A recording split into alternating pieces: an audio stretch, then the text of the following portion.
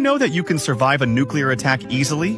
What the bro? How is that even possible? Don't worry, today I'll show you step by step how you can survive a nuclear attack and stay safe. Step number 1. For preparation, always have some potassium iodine near you. Maybe in your car or somewhere in your house. If you didn't know, the potassium iodine limits the effect of the radiation. Step number 2. If you get hit by a nuclear bomb, that means that you are probably living in a major East Coast or West Coast city. If you are within 10 miles of the nuclear blast radius, that's when you want to move out of the 10 miles radius. Once you are 10 miles away from the blast, that's when you can shelter up. Now also remember, you can't ever look directly at the cloud. It might permanently or temporarily blind you. Step number 3. Once you are 10 miles away from the blast radius, you can head to the basement or to the lowest place possible. And remember to close all windows. I know it's common sense, but a lot of idiots forget to do that. And make sure you put as many objects as you can between you and the blast, so the radiation can't penetrate you easily. Step number 4. Once you are in your hiding spot, make sure to take all of your clothes off. This can remove up to 80% of the radiation. And once it's safe, make sure to head to a local decontamination center. And what if I didn't want to take them off? No problem. You just have to be happy with your body being radiated. And what would happen if I got radiated? May you unalive someone, but don't know how to get rid of the smell of their body? Bro, what the fuck?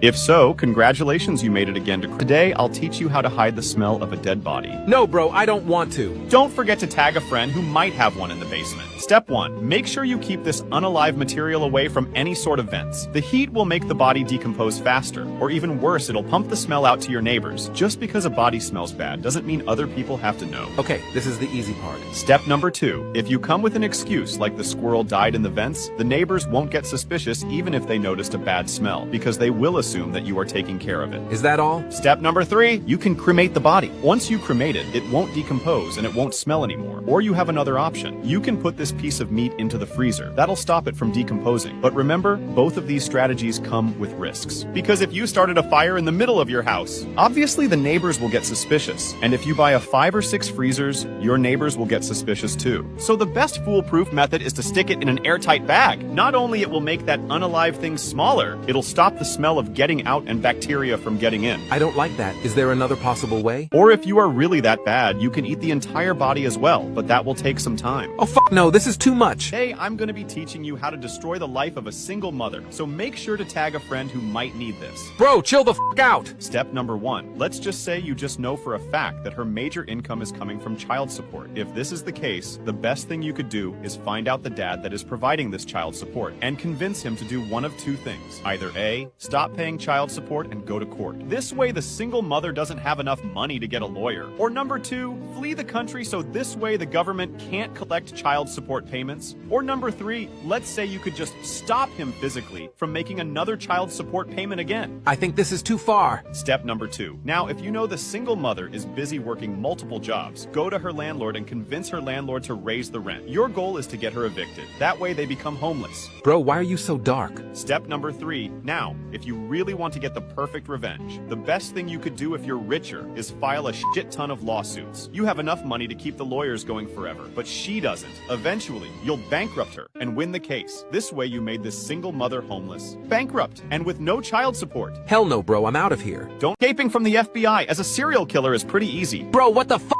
Congratulations, you once made it again. Today, I'll be teaching you how to avoid being caught by the FBI if you are a wanted serial killer. You are gonna get me in trouble. Step number 1. Before you make your escape from your original state, the best thing you can do is go to the airport or a transit station and drop your phone. The hope is that someone will steal this phone and take it with them on the train or the flight. This will make the FBI think that you are in an entirely different state or even different country, giving you more time to escape. Of course, after your escape, you are going to ditch all your technology because that will make it easier to track you down with your digital footprint. I guess that's not enough. Step number 2, the best way to prevent the FBI from figuring out where you are is literally to not know where you are going yourself. You see, if you are manually choosing places, the FBI can probably figure out where you are going to choose based on your past habits. However, if you are completely randomly choosing places to go, they won't figure it out. Plus, on average, the FBI usually take 2 weeks to figure out where you are once you leave your current state. So if you change your place every week, it will be an infinite escape method. Bro, I think you are starting to lose it. Step number 3, the best place to hang out is definitely a campsite, because even if someone sees you there, they are just going to expect that you are another camper and you don't need to break in or trespass, so the odds of you getting arrested for unrelated crime are basically zero. And what if someone recognized me? Step number 4, never travel during the night. That's when the police-to-citizen ratio is the highest. Travel during the day, and to have a better chance do it while the police are switching shifts. And if you need to blend in through public transit, there is enough people crazy anyways. Bro, you are crazy for that! Have you ever wondered how you can hide from thermal cameras?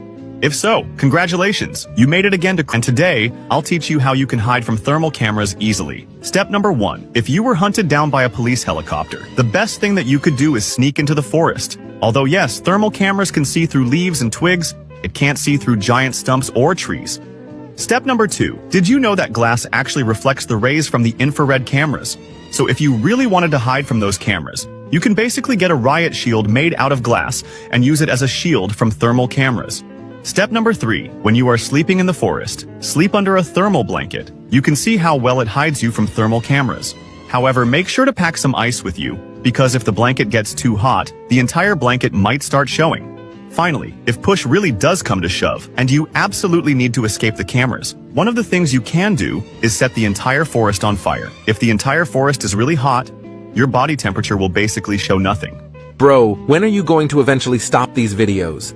You plan on committing unaliving or some war crimes then disappearing to never get caught for it? Bro, please leave me alone! If so, congratulations. Today, I'll be teaching you how to disappear without any of your friends or family finding you. And also the FBI, of course. So don't forget to tag a friend who need this. Bro, is this even legal? Step number 1, a lot of people think that you can simply leave your home or your car behind and then just go off to another country. However, this is going to be very suspicious, and everyone who knows you will start looking for you. Because think about it, one of your friends just disappeared. You will not just think you lost a friend, you would definitely wonder, what the fuck happened to him? Okay, this is the easy part. Step number 2, you want to slowly ease off contact. For example, if someone calls you daily, switch to every 2 days, then every week, then switch to every month, and eventually they will not realize when you just disappeared. And you can also trick them by disappearing for a month every once in a while, then showing up afterwards. So that will basically build their tolerance of you disappearance. So when you finally disappear, they will not notice at all. Is it that easy to make people forget about me? Step number 3, make sure to withdraw all your savings to cash and then transfer that cash to gold. That way, you can bring your entire net worth with you. Trade it cash occasionally. That way, you'll never leave a paper trail when you're buying stuff. And how can I earn money to live? Step number 4, when you're booking a ticket, there is only 2 ways to travel. Either number 1, drive to a different country and then book the flight that way. They can't immediately connect you to the country you are leaving from, or book a 2-way ticket. But instead of going the way back, you are going to book a 3rd ticket to another country. That way, they will assume that you got kidnapped in the first country and will start looking for you in a country you are not even in. Is the FBI that dumb? Step number 5, it is time to say goodbye to all your social media accounts. Delete them all and cancel all your other subscriptions. That way, no one can notice you through your digital footprint. Okay, that's enough, bro.